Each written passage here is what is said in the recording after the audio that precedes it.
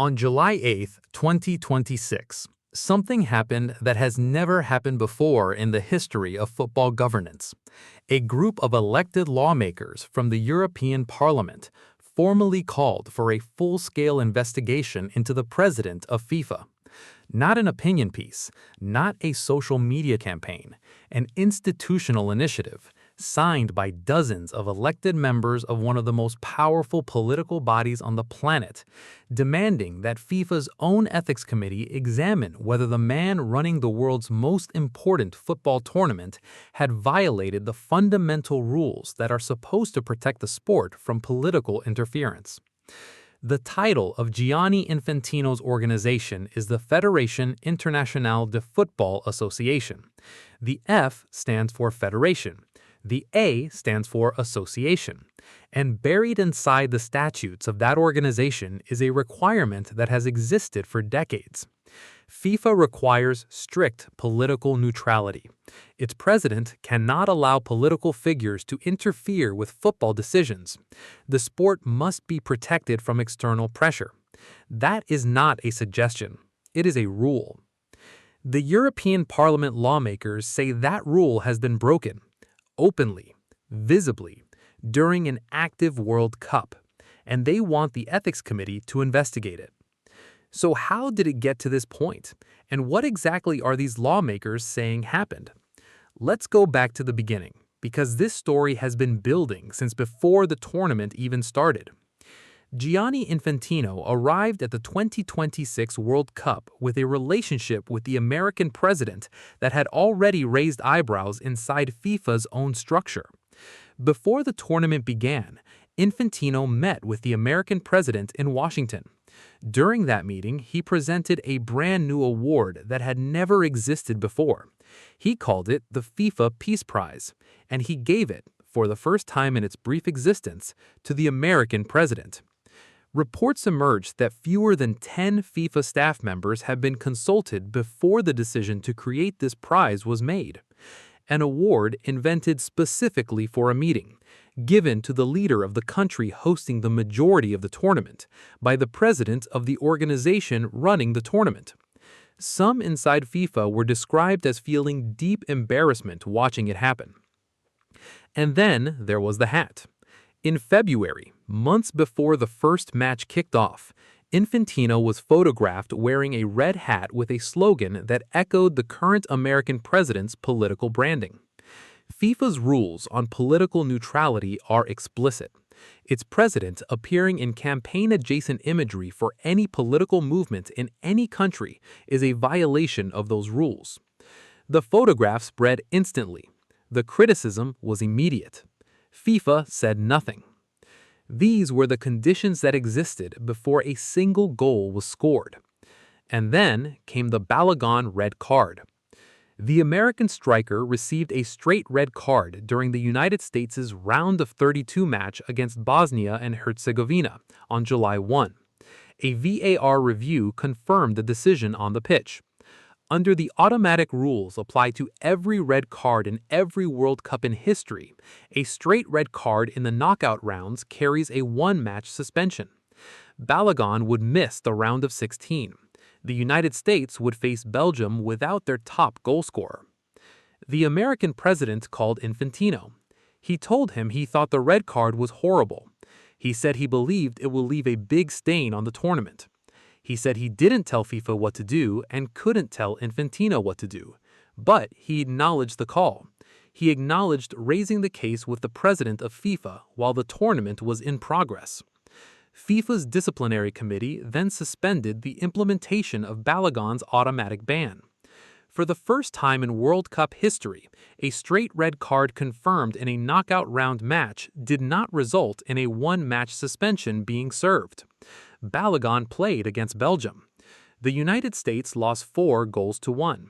Balogun was on the pitch for the entire match. It made no difference to the result, but it made an enormous difference to every principle that football's disciplinary process is supposed to uphold. UEFA called the decision unprecedented, incomprehensible, and unjustifiable. Belgium's federation challenged Balogun's eligibility.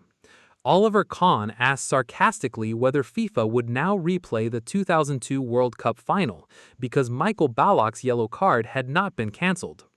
And the European Parliament lawmakers began drafting their letter. The joint statement from the MEPs leading the initiative described FIFA's decision to change the rule on red card suspensions mid-tournament as a disgrace and a perversion of justice. They said FIFA had once again surrendered to the demands of the American president's administration, and they urged football associations across all 27 European Union member states to formally ask FIFA's Ethics Committee to examine whether political pressure influenced the decision, and to audit Infantino's inner circle for any other potential breaches of political neutrality. 38 MEPs had signed the petition when it was first published. Reports from inside the European Parliament suggested the number was continuing to grow toward 50 as more lawmakers added their names. Now, here's where the timing of all of this becomes specifically significant, because the European Parliament's move on July 8 did not happen in isolation. It happened the day after the Argentina versus Egypt match in Atlanta. The day after Egypt's second goal was disallowed by a VAR review that the former FIFA referee Mark Clattenburg said should never have been made. The day after Argentina scored 3 times in 11 minutes to win 3-2. The day after the Egyptian manager sent the referee a direct message on Instagram saying the world is watching. The two controversies are legally and procedurally separate. The Balogun red card reversal and the VAR decisions in the Argentina versus Egypt match are different incidents with different mechanisms, but they are being perceived together as part of a pattern because they occurred inside the same tournament within a week of each other, and because the direction in which both incidents cut is the same.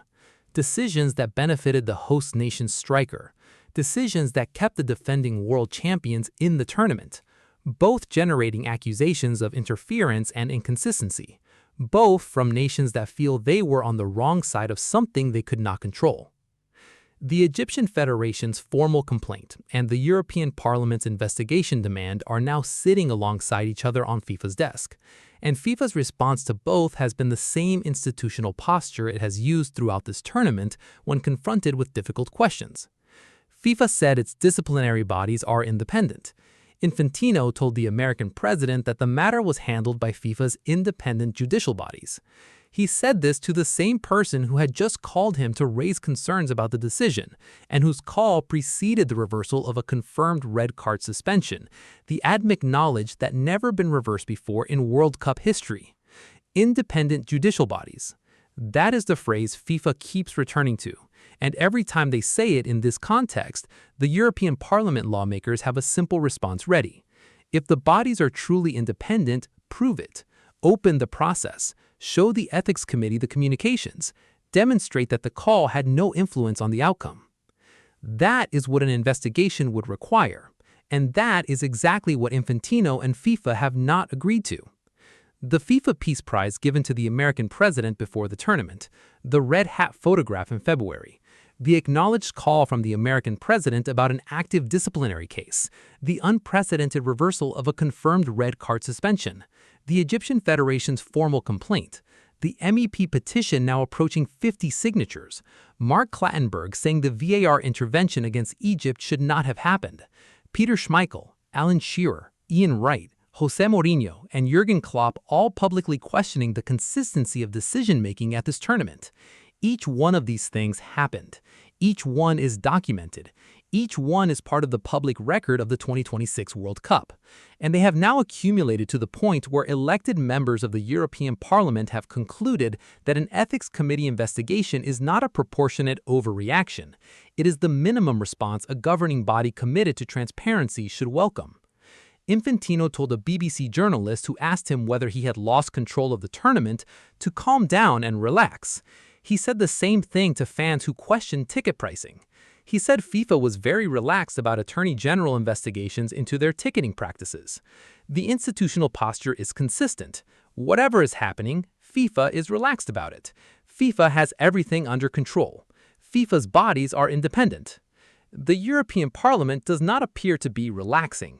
and the 38 or 50 or however many MEPs have now signed that letter are not people whose institutional concerns dissolve in the face of reassurance from the organization being asked to investigate itself.